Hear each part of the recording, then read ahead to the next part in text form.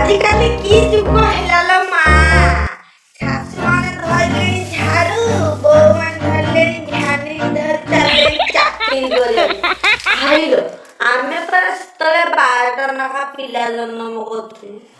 ତମେ ଏପାଳେ କଣ ଗୋଟିଏ ପିଲା ଜନ୍ମ କରିଦଉଛ? ରହ ମୋ ଓଢ଼ଣାଟା ଖସିଗଲା।